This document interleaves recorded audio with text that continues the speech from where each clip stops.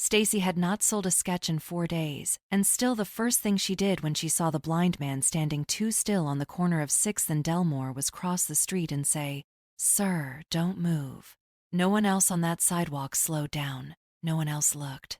In a city like this, a street artist warning a stranger about danger only she could see was the kind of moment people stepped around on purpose, the way you step around a person talking to no one. But Stacy, 26 years old and sharp-eyed in a way her father had trained into her before he died, did not know that the man leaning on that cane controlled a syndicate worth more money than every building on that block combined. She only knew that the man in the gloves across the street wasn't filming anything. She only knew the black SUV had been idling in the same spot for 11 minutes. She only knew that when something doesn't add up, you say something because staying quiet had never once kept anyone safe. That single decision, made on an ordinary Tuesday morning outside a bakery that smelled like burnt sugar, would tear open a betrayal inside his own bloodline and change the shape of both their lives forever. Before we go further, comment below and tell me where you're watching from. If stories like this keep you up at night, hit subscribe, because what happens in the next 60 seconds is the reason this story exists. The blind man did not move. His head turned slow and precise toward the sound of her voice. "Say that again," he said, slowly, under the bakery awning, "now." Stacy's hand hovered near his elbow, not touching, waiting.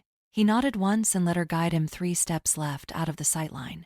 His fingers found a small device clipped inside his coat pocket. One press. No dial tone, no ringing, just a woman's voice, instant and calm. "Talk to me. Corner of 6th and Delmore. Gray coat, gloves, SUV 2 spots south. Move quiet. 60 seconds.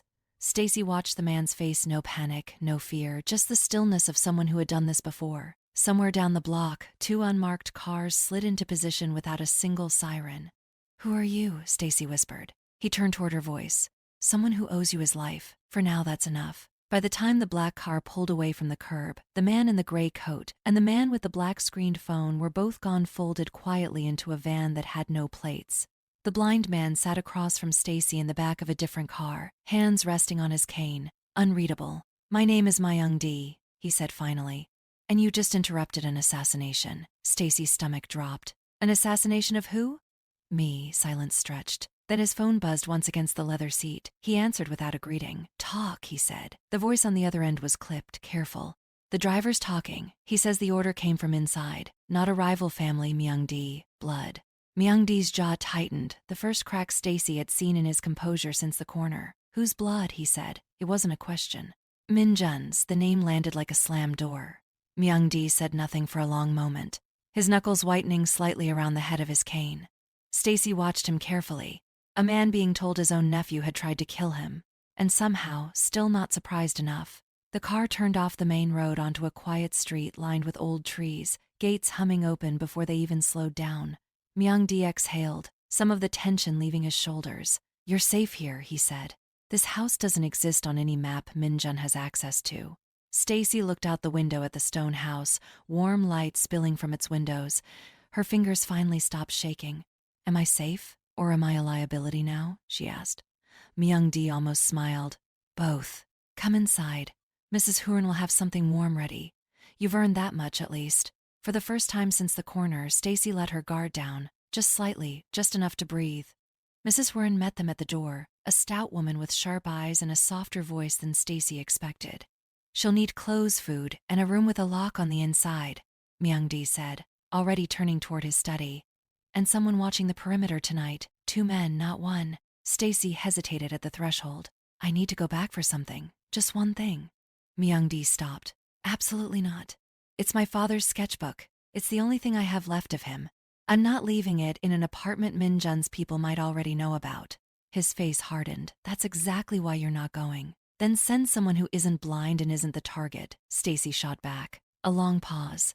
Mrs. Huron's eyebrows lifted slightly, watching the exchange. Finally, Myung-dae said low, "I'll send 2 men. If it's not there in 20 minutes, you let it go. Understood?" Stacy nodded, throat tight. She hadn't asked anyone for anything in years. Now she was negotiating with a Mafia boss over a notebook full of pencil drawings. The 20 minutes stretched into 30. Stacy sat by the window of the guest room, watching the driveway, counting headlights that weren't the right car. Mrs. Huron brought her tea she didn't touch. He's careful, that one, she said, nodding toward the hallway where Myung-dae's low voice carried from the study, sharp with instructions Stacy couldn't make out. Careful men don't lose things they send for. At 35 minutes, Stacy heard raised voices downstairs, not shouting but close to it. She crept to the top of the stairs. Compromise the second block, one of the men was saying. We had to reroute. Min-jun's people were already there. Stacy's chest went cold. Already there. That meant someone had known where she lived before tonight.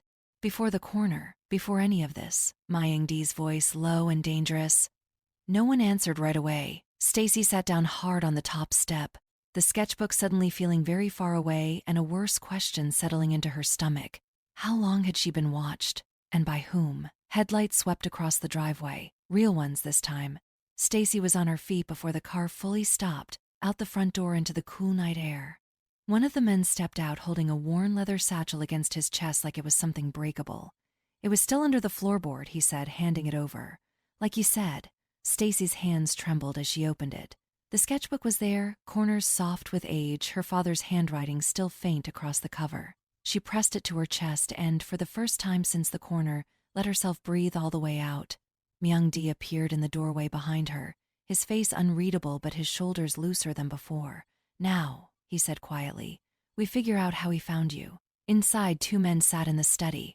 The captured driver, wrists zip-tied, and Margaret, sharp-eyed and unreadable, standing over him with a tablet in hand. Play it, Myung-dae said. Margaret tapped the screen. A recording crackled to life, Min-jun's voice, unmistakable, cold and precise. The girl's an accident. Handle her quietly, she's not the target. Stacy's stomach turned. Min-jun had known about her before tonight. Before the corner, before she'd said a single word to anyone. He's been watching her for weeks, Margaret said. Long before your walk this morning. Myung-dae's jaw tightened. Then this was never random. Stacy stared at the frozen screen, the question she'd been afraid to ask finally forcing its way out. Why me? Margaret pulled up another file, her expression unreadable. Because you weren't supposed to exist where you exist, Stacy. Not under that name. Stacy went still. What does that mean? Your mother, Margaret said carefully. There's a gap in her records 8 years wide, filed as deceased in one county, alive in another. Someone buried her on paper. Stacy's ears rang. My mother is dead. She left when I was 17. That's what you were told. Margaret's eyes softened, just slightly. It might not be true. Myung-dae watched Stacy carefully, the way he'd watched the street that morning, reading what wasn't being said. We're going to find out, he said. Tonight. Margaret's fingers moved fast across the keyboard, pulling threads Stacy didn't understand. Property records, care facility intake forms, a name change buried 3 layers deep. Here, Margaret said finally, turning the screen. A woman admitted to Brookhaven Care 11 years ago. No visitors listed, no emergency contact. She zoomed in on a faded intake photo. Stacy leaned closer, and the room seemed to tilt. The woman in the photo had her mother's eyes. Older, thinner, but unmistakably hers. That's Stacy's voice cracked. That's her. She's alive. Myung-dae's voice was quiet but firm. Alive, and kept from you on purpose. Someone paid to keep that gap in the records exactly where it was. Stacy pressed a hand over her mouth, 11 years of grief cracking open into something she didn't have a name for yet. Not quite hope, not quite rage. Who did this? Margaret worked through the night, coffee going cold beside her, until the trail resolved into a single name. Foster Callan, estate attorney, licensed 30 years, quietly disbarred in absentia a decade ago, though no record of why it ever gone public. He processed your mother's care facility transfer, Margaret said, and he processed Min-jun's trust fund reallocation the same year. Different clients, same signature. Myung-dae's expression didn't change, but something in his voice went colder. Min-jun paid him to bury her. Why would Min-jun care about my mother? Stacy asked. He didn't even know I existed until this morning. He didn't, Margaret said. But Callan was already dirty, already useful, already owned.